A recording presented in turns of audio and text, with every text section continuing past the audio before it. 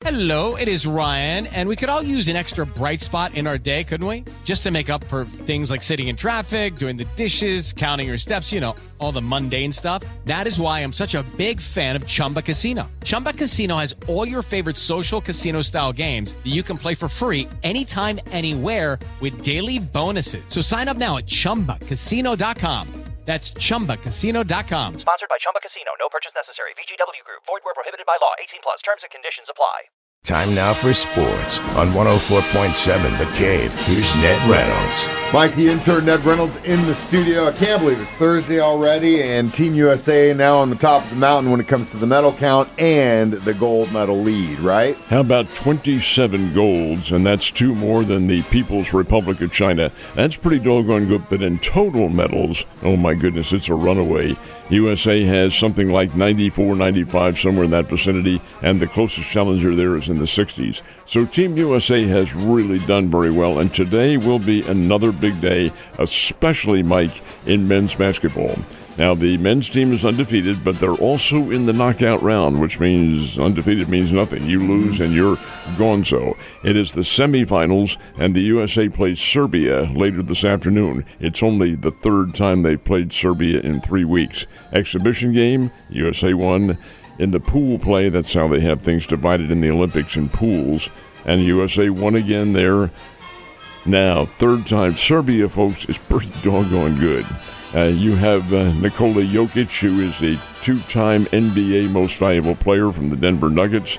I think the positive factor for the USA team is the fact that Jokic may not have the same team depth that the NBA players are, but still it will be a very tough game. That's the semifinals. Noah Lyles is going for a gold in the 200 meters, and that should be occurring in the next little while. Diving competition, women's golf. Nelly Korda is trying to get the gold medal. She's the reigning gold medalist and hasn't played particularly well the first 2 rounds, but she'll be in there trying. And, hey, it'll be another big day at the Olympics, which comes to an end on Sunday. Yeah, I was about ready to say. I mean, it feels like it just started, but when I was listening to you talk this morning, I go, this is the last weekend of it. I'm not going to have anything to watch during the week. That's not necessarily true because football's back on Saturday.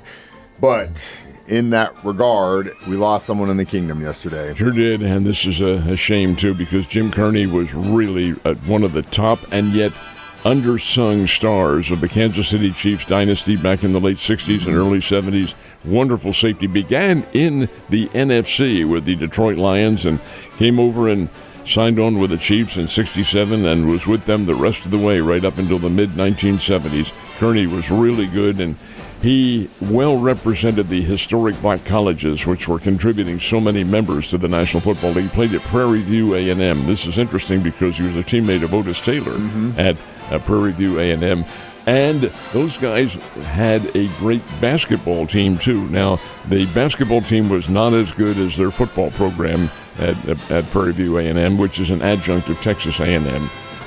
But the basketball team could play, and they played here. I remember Otis Taylor telling me this. Played here in Springfield against Southwest Missouri State at the time, and he said that is the coldest I have ever been in my life. Apparently, it was obviously the midwinter, but Kearney played on those teams, as did Prairie View's great star, who later went on to NBA fame, Zelmo Beatty, who was an all-pro with the St. Louis Hawks. That's beside the point. Jim Kearney, leaving us at the age of 81, had been a school teacher up in Kansas City in his years after the Kansas City Chiefs, but always a great star and a gentleman. So it looks like we are getting closer and closer to a even count of football games in the regular season, that being 18. When's that going to happen, and do the guys get another bye week? There's the big question. It's going to happen. There's no question about it, and the players have resigned themselves to the fact that it will happen. That has already been decided, but how it'll be scheduled, that's the deal, and do the players get a second bye week? Players, for the most part, aren't happy, but they also know that they're not going to block the deal, so you might as well resign yourself to it. And there is also the scheduling problem. And, Mike, there is some thought, and this is not in concrete in any way, but some thought to be having the Super Bowl on the President's Day weekend. You know what that means? Almost a full month. And Monday off following the game. I'm all about that. And I think that's what we've always kind of said. It's like it's always in jest or in passing and joking around that time of the year, especially if your team is in the Super Bowl and you go, God, I really wish I had Monday off. Well, that might actually happen, and that would be a godsend for the NFL. And it is a federal holiday, so it would be off. I know. So, yeah, I'm not opposed to this at all. Cardinals and Tampa Bay Rays involved in this series right now. How'd they do yesterday? Cardinals won their second straight from Tampa Bay, beat them 5-2, got an early lead on the Rays. This is not the same Tampa Bay team of previous years when they've really captured the headlines because it's not one of the wealthier franchises, but they really haven't put it together. They're right around 500, but then again, so are the Cardinals. Anyway, Cards win 5-2. Alec Burleson with a big fourth-inning two-run double that put the game out of reach, but Eric Fetty, who the Cardinals just got from the Chicago White Sox, did pitched 5 innings in the ball game, allowed 1 run and 4 hits, and struck out 6 in that particular period in which he was pitching. So that's certainly a good sign for the St. Louis Cardinals. They played the Rays again, and then, now I don't know if they'll get on the bus or fly, but the I-70 series with Kansas City resumes. And yet, this is pretty interesting, too, because the computer doesn't have a heart or a mind. Computer goes simply on straight facts. And the computer puts together the schedule. The Cardinals and Royals will play Friday and Saturday. Oh, wait a minute. What about Sunday? No game on Sunday. Unheard of. But that's how the computer figured thing, and that is how things will go. Like you said, they don't have a mind. Well, maybe they do. Maybe it's too big of a mind. I don't know. Royals are in a very tough series with the Red Sox. Lost the first game. What about the second one? How about Bobby Witt Jr.? My man. 2 home runs and a double, 4 RBIs, and Kansas City knocked off the Boston Red Sox 8-4 last night. This guy is really on a tear, and he's a heck of a player as well. Bobby Witt Jr. leading the way. A Kansas City team's pretty good, folks. And 8-4 is the final, and as we mentioned, it's the Royals and the Cardinals, and that'll be Friday and Saturday, and no game on Sunday.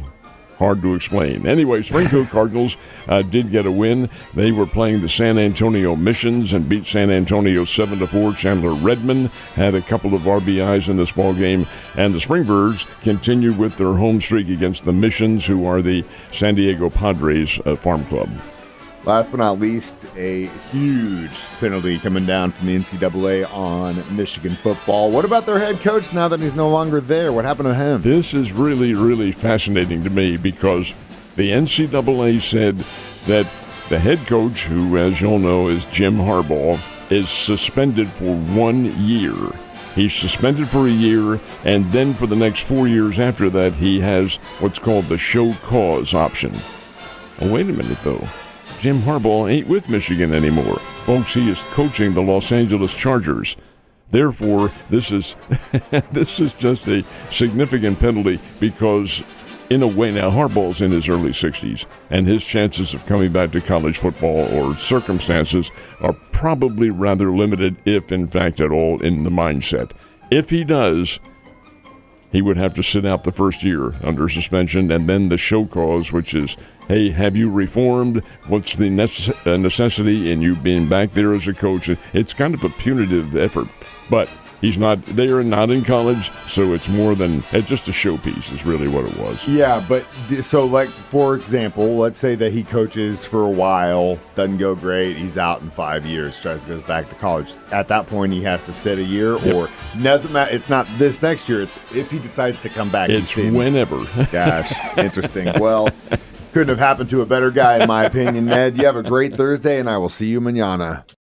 Judy was boring. Hello. Then Judy discovered ChumbaCasino.com. It's my little escape. Now Judy's the life of the party. Oh, baby, mama's bringing home the bacon. Whoa, take it easy, Judy. The Chumba life is for everybody. So go to ChumbaCasino.com and play over 100 casino-style games. Join today and play for free for your chance to redeem some serious prizes. ChumbaCasino.com. No purchase necessary. Void where prohibited by law. 18+ terms and conditions apply. See website for details.